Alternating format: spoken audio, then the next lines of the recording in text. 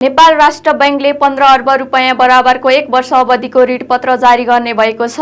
केन्द्रीय बैंकले मौद्रिक व्यवस्थापनका लागि नेपाल राष्ट्र बैंक ऋणपत्र 2084 जारी गर्न लागेको हो। राष्ट्र बैंकको मौद्रिक व्यवस्थापन विभागले सोमबार सूचना जारी गर्दै ऋणपत्र निष्कासन प्रक्रिया अघि बढाएको जनाएको छ।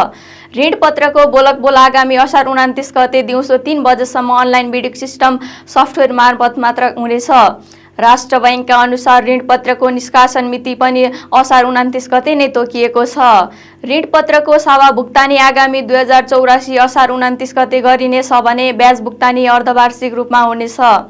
ऋणपत्रको ब्याज दर बोलकबोलबाट निर्धारण हुने राष्ट्र बैंकले जनाएको छ। बोलकर्ताले दशमलव पछाडि बढीमा 4 अङ्कसम्म ब्याज दर उल्लेख गर्न सक्नेछन्। ऋणपत्र खरिदका लागि न्यूनतम 5 करोड रुपैयाँ र त्यसपछि 5 करोड रुपैयाँका दरले बढाउँदै बोल गर्न सकिने व्यवस्था गरिएको छ। कुल निष्कासन रकम 15 अर्ब रुपैयाँसम्म बोल गर्न सकिनेछ।